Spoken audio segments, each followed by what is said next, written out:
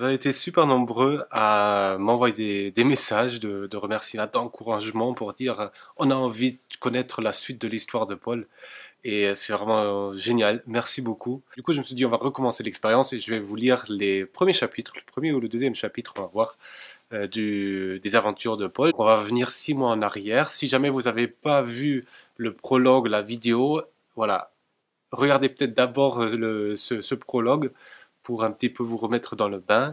Et sinon, bonne écoute.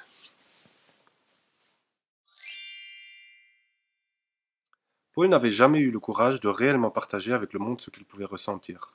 Enfermé dans sa carapace, il avait choisi de suivre le chemin prédestiné que la majorité des jeunes de son âge semblaient emprunter. Pas de coupure dans le parcours, un bac plus 5 à 22 ans sans avoir découvert la réalité du monde, ne serait-ce qu'à travers les images faussées d'une surmédiatisation constante des noirceurs de l'âme humaine. Paul n'était pas particulièrement beau. Il n'était pas moche non plus. Il aurait certainement pu se découvrir un talent, un don extraordinaire, mais il avait fini par être un jeune homme qui faisait partie de la moyenne, celle que personne ne remarque, qui passe inaperçue. Il en avait souffert plus d'une fois dans son enfance. Ni assez bête pour bénéficier de l'attention particulière des enseignants, ni assez intelligent pour provoquer l'admiration du sexe opposé. Il était ce qu'on appelle un nobody. Paul appartenait aux millions de personnes destinées à devenir ce que d'autres avaient décidé pour elles. Il ne s'en plaignait pas. D'ailleurs, peu de gens semblaient s'en plaindre. Tout le monde râlait, ça c'est sûr, mais au final, sortir de sa petite bulle confortable, ce n'était pas donné à tout le monde. Une vie paisible à répondre aux attentes d'une société qui a besoin de personnes rangées comme lui pour fonctionner. Voilà ce que Paul avait décidé de vivre. La tristesse qui se lisait sur son visage n'était jamais assez marquée pour que ses amis lui fassent une quelconque remarque.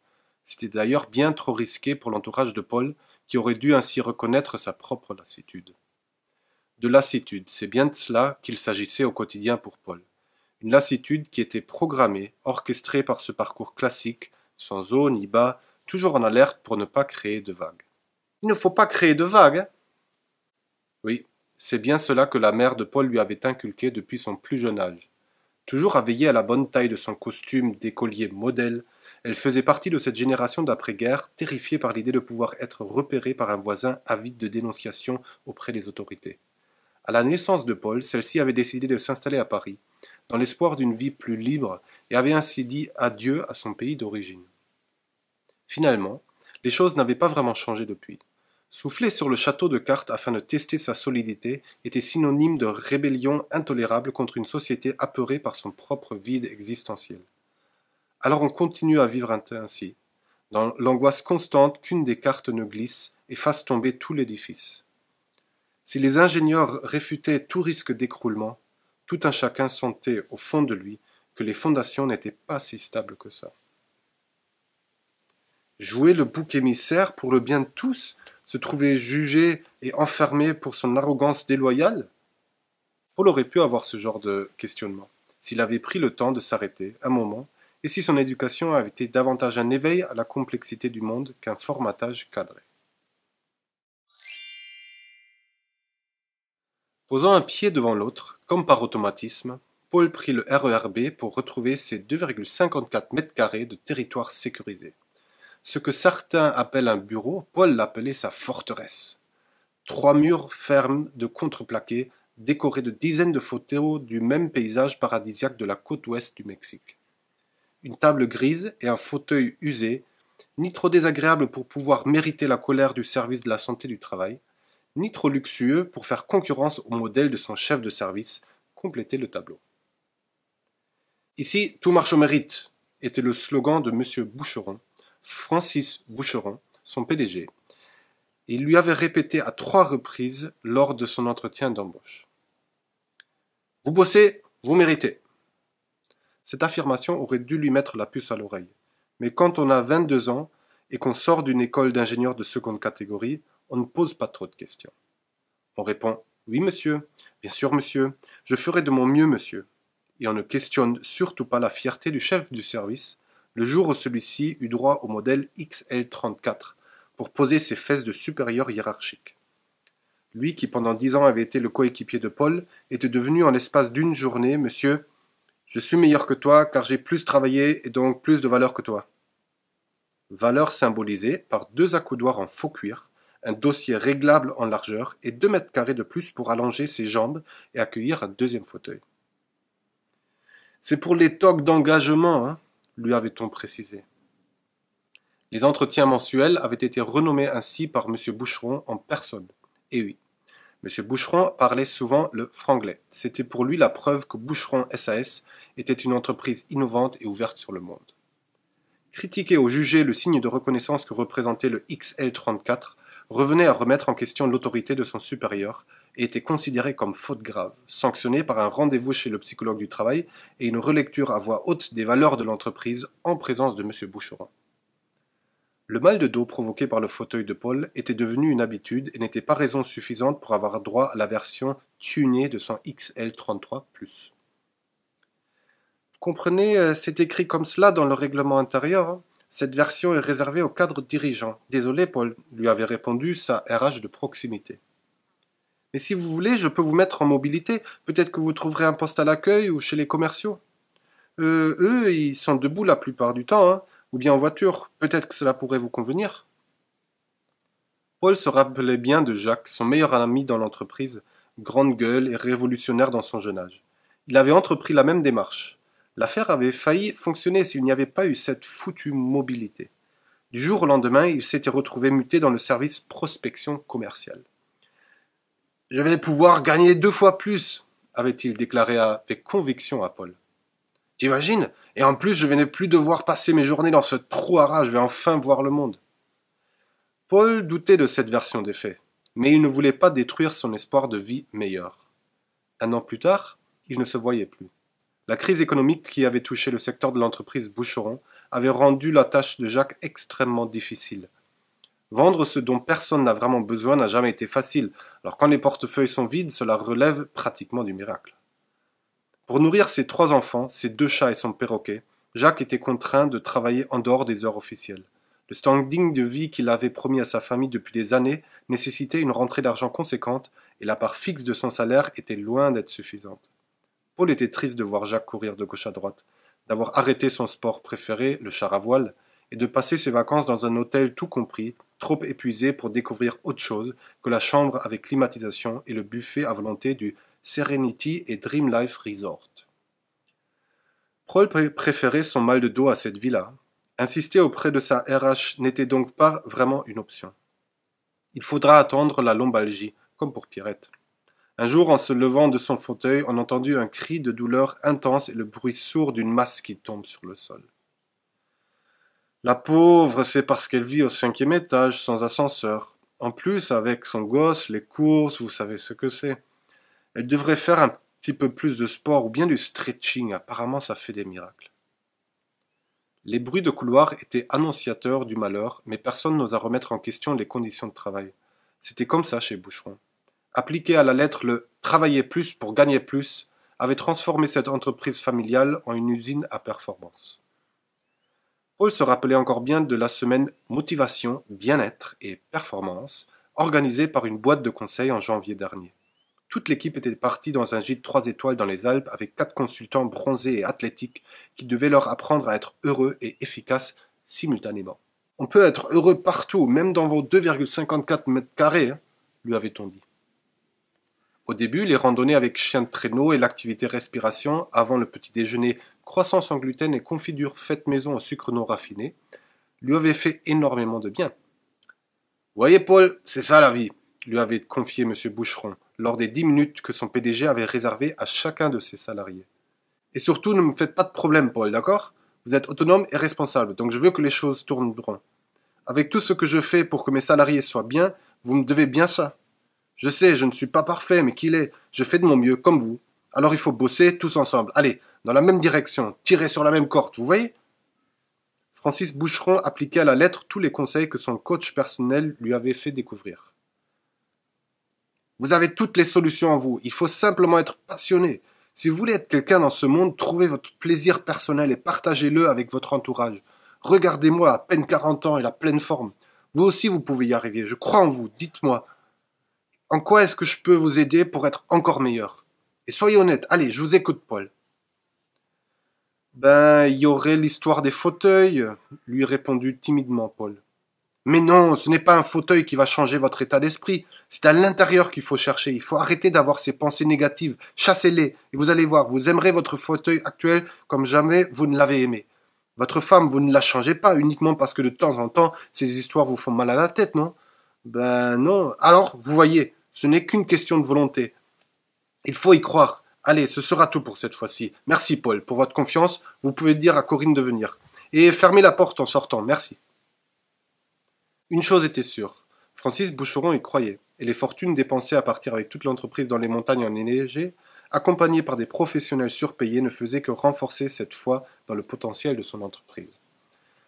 Paul, lui, aurait préféré rester dans ses 2,54 mètres carrés, à déballer un tout nouveau XL34 qu'on aurait pu offrir à tout le service grâce à cet argent.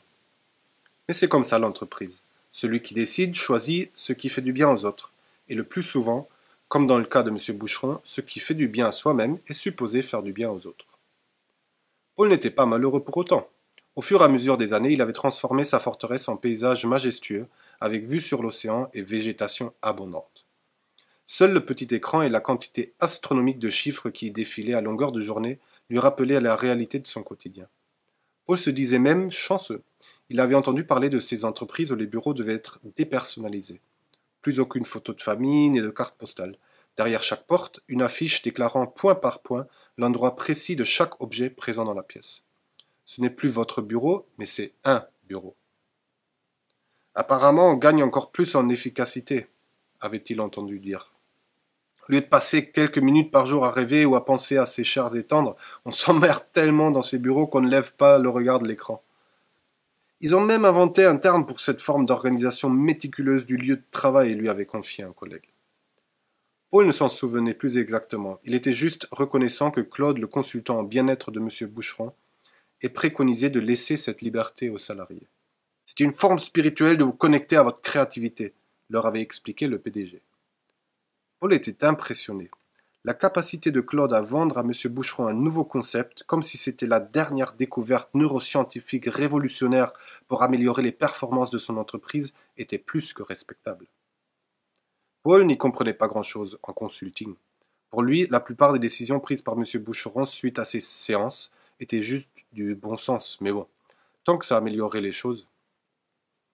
Si Francis voulait dépenser autant d'argent tous les mois à se rappeler que ses employés étaient avant tout des êtres humains, c'était plutôt un bon investissement. Et c'est ainsi qu'on pouvait découvrir, à l'étage 3 du bâtiment C13, aile gauche, des dizaines et des dizaines de petits mondes imaginaires, colorés et soignés avec la plus grande attention par ses employés rêveurs.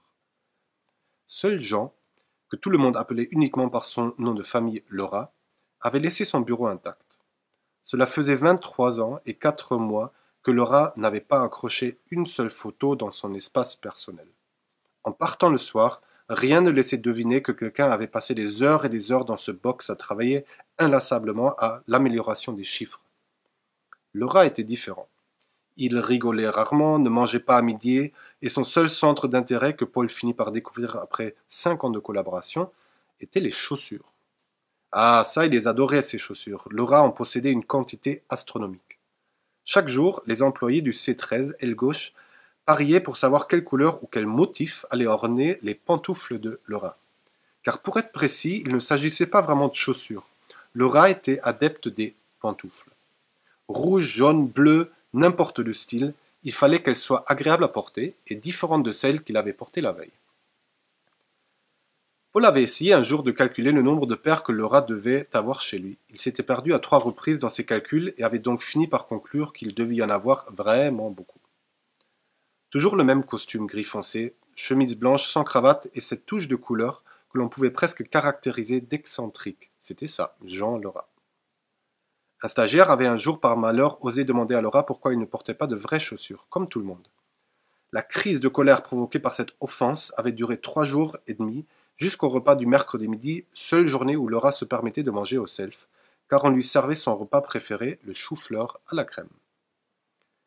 Depuis, plus personne ne lui demanda une explication sur l'originalité de sa passion. Même M. Boucheron, ayant entendu la réaction du moins intense de M. Laura, quant à la remise en cause de sa particularité, avait jugé que cette liberté était tolérable au vu des performances de celui-ci pour l'entreprise.